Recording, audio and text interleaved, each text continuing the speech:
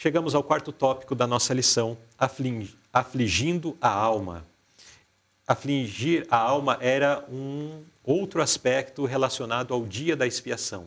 Então, nós vimos no primeiro tópico que no dia da expiação existiam algumas questões, algumas atitudes que o povo deveria tomar e coisas a realizar para que nesse dia da expiação, nesse dia do julgamento, eles pudessem então ter a sua parte ali aceita diante de Deus, seus pecados serem apagados. Nós já vimos algumas questões, como santificação, como também a santa convocação, e agora nós vamos ver uma outra questão que está relacionada a afligir a alma, né? Afligindo a alma.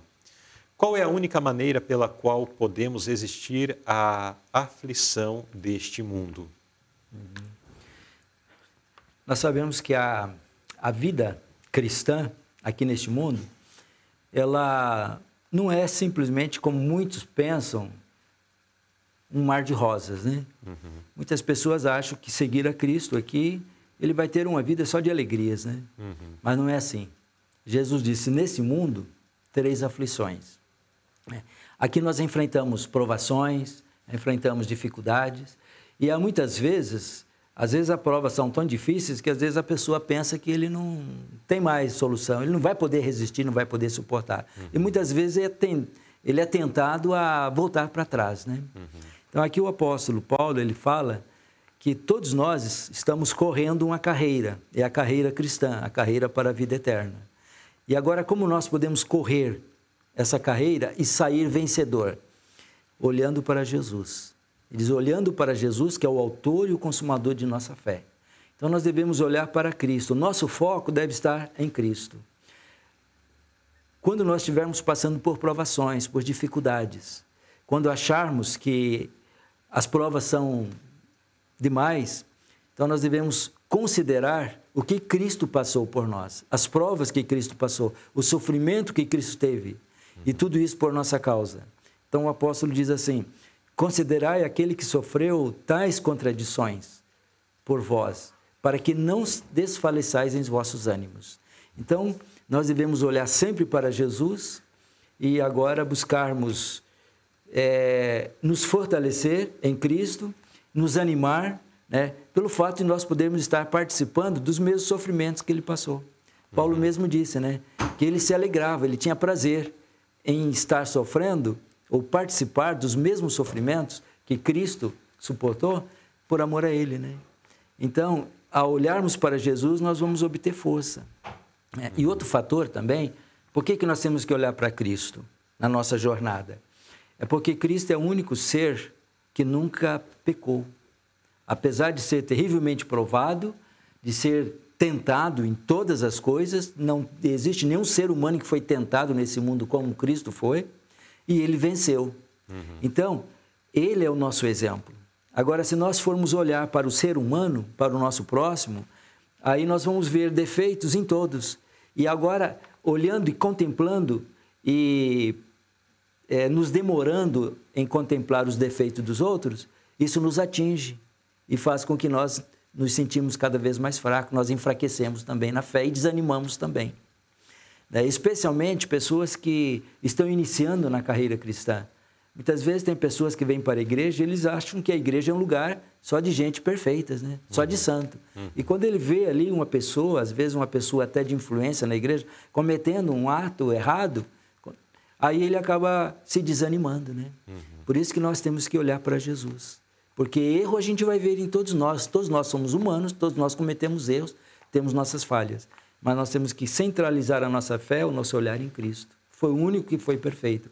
E agora, olhando para Jesus, nós vamos avançando e vencendo as dificuldades, os problemas, os obstáculos que surgem. E olhando para Cristo, nós podemos chegar até o final. Muito bem. E como sabemos que o ato de afligir a alma, descrito lá no capítulo 23 de Levíticos, que nós vimos anteriormente na lição, quando descreveu, né, ali as atitudes específicas relacionadas ao dia da expiação, faz menção de que as pessoas afligiam as suas almas. E como nós podemos entender que este afligir a alma também se refere ao jejum durante o dia da expiação?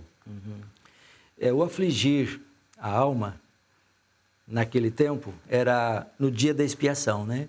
Então, o dia da expiação era um dia de jejum para o povo em Israel. Nós estudamos aqui que nós estamos vivendo no grande dia da expiação. Então, muitas pessoas pensam, mas se o dia da expiação em Israel era um dia de jejum, como que nós vamos jejuar hoje no grande dia da expiação, então? Uma vez que hoje não é um dia de 24 horas, o dia da expiação, mas é um período. Já está mais de 170 anos dentro desse período. Que começou em 1844, né? Mais de 170 anos já passaram. Então, como que nós vamos jejuar nesse dia, né? Então, o jejum nesse dia da expiação, ele também é importante. O afligir da alma é muito importante. Isso significa que nós devemos viver em constante vigilância. Vigiai e orai, disse Jesus, para que não entreis em tentação. Então, hoje, a nossa segurança é estarmos em sermos como uma vigia, vivermos como um vigia, estarmos sempre afligindo nossas almas, ou seja, fazendo o exame de nós mesmos, confessando nossos pecados e buscando cada dia uma comunhão com Deus, uma maior comunhão com Deus. E o jejum, ele representa a abstinência de tudo aquilo que venha a ser prejudicial à nossa saúde. É a temperança, né? Sim. Então, o jejum hoje, no dia da expiação, é vivermos de uma forma temperante diante de Deus. Vivendo a reforma de saúde, Vivendo à luz da reforma de saúde que Deus deu ao seu povo nos últimos dias. Ou seja, a irmã White deixa claro que o jejum que Deus requer hoje é uma abstinência de todo alimento estimulante que nos impede de ter assim uma clara compreensão da palavra de Deus, e especialmente do alimento carne. Esse é o jejum nesses últimos dias agora. Exatamente. E nós percebemos, né, ao longo da história bíblica que quando faz menção de situações assim bem complicadas, como a do dia da rainha Esther, então eles tiveram ali uma experiência de aflição de almas, né? Onde eles buscaram a Deus por 3 dias, e aqui faz menção o verso de Esther 4, verso 3, que havia entre os judeus grande luto, jejum, choro, lamentação, ficaram em prantos e estavam deitados em pano de saco e em cinza. Então, a aflição não envolveu também apenas a prática do jejum, né? Sim. Mas todo um contexto. Porque, afinal de contas, o jejum é isso. O jejum não é eu falar assim, bom, eu vou jejuar porque desta forma eu vou conseguir comprar de Deus um favor que eu estou precisando. Mas o jejum, ele tem essa proposta de aliviar a nossa mente para estarmos mais susceptíveis à influência do Espírito Santo. E como o irmão Cardoso mencionou, isso não está apenas relacionado a cessar de comer por um dia, né? Mas estamos vivendo no grande período do dia da expiação, que esse ano vai completar 179 anos. E o que Deus proveu para que nós tenhamos essa mente leve, essa mente mais sensível à influência do Espírito Santo? A reforma de saúde, né? Exato. Então, hoje precisamos buscar com mais empenho, de fato, viver esse princípio da reforma alimentar.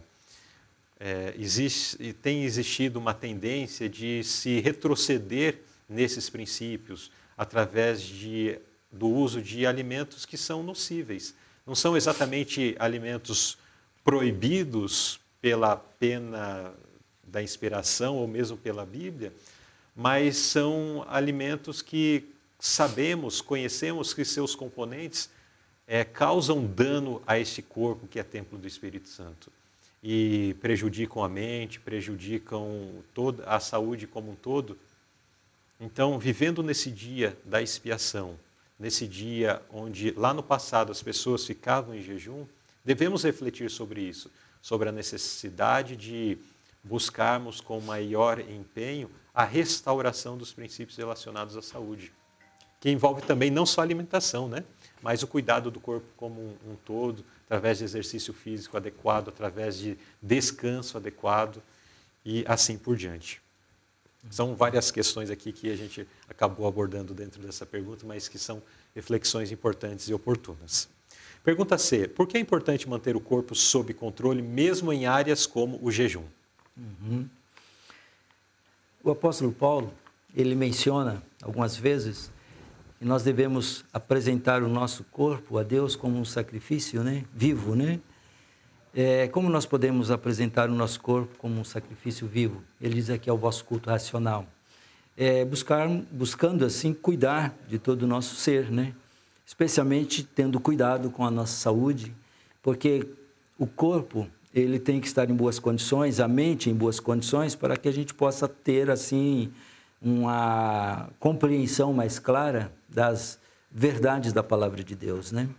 E isso é importante e é necessário.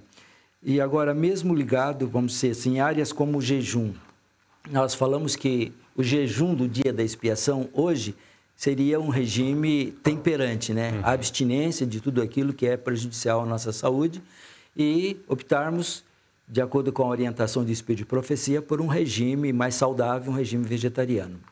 Agora, isso também nos leva a entender que mesmo o jejum, literalmente falando, ele também é importante em alguns aspectos, né? Porque hoje nós precisamos viver sempre em comunhão com Deus, buscar a Deus e precisamos dedicar tempo para orar mais intensamente, né? E há muitos casos onde, por exemplo, aqui menciona que o jejum ele é importante. Por exemplo, é uma preparação para nós recebermos a chuva serôdia. Então, nós devemos orar, clamar, buscar ao Senhor, né? E o jejum, em certas ocasiões, ele é necessário, é importante, não para nós querermos, assim, comprar a Deus, né? Comprar a salvação. Não. É uma maneira de nós nos apresentarmos a Deus e manter o nosso corpo de uma forma assim, mais acessível para entendermos as verdades de Deus. Sim. E sempre como você, por exemplo, dedica um dia em jejum, o seu estômago fica limpo, a sua mente fica mais limpa também.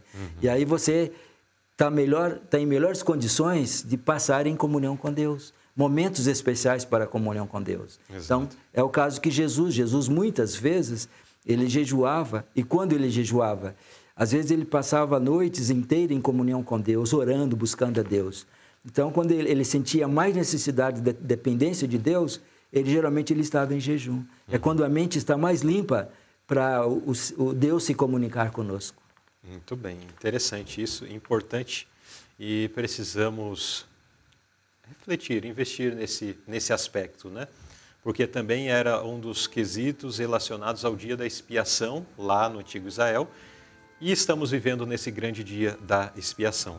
Portanto, nós precisamos afligir as nossas almas à semelhança do povo lá do passado.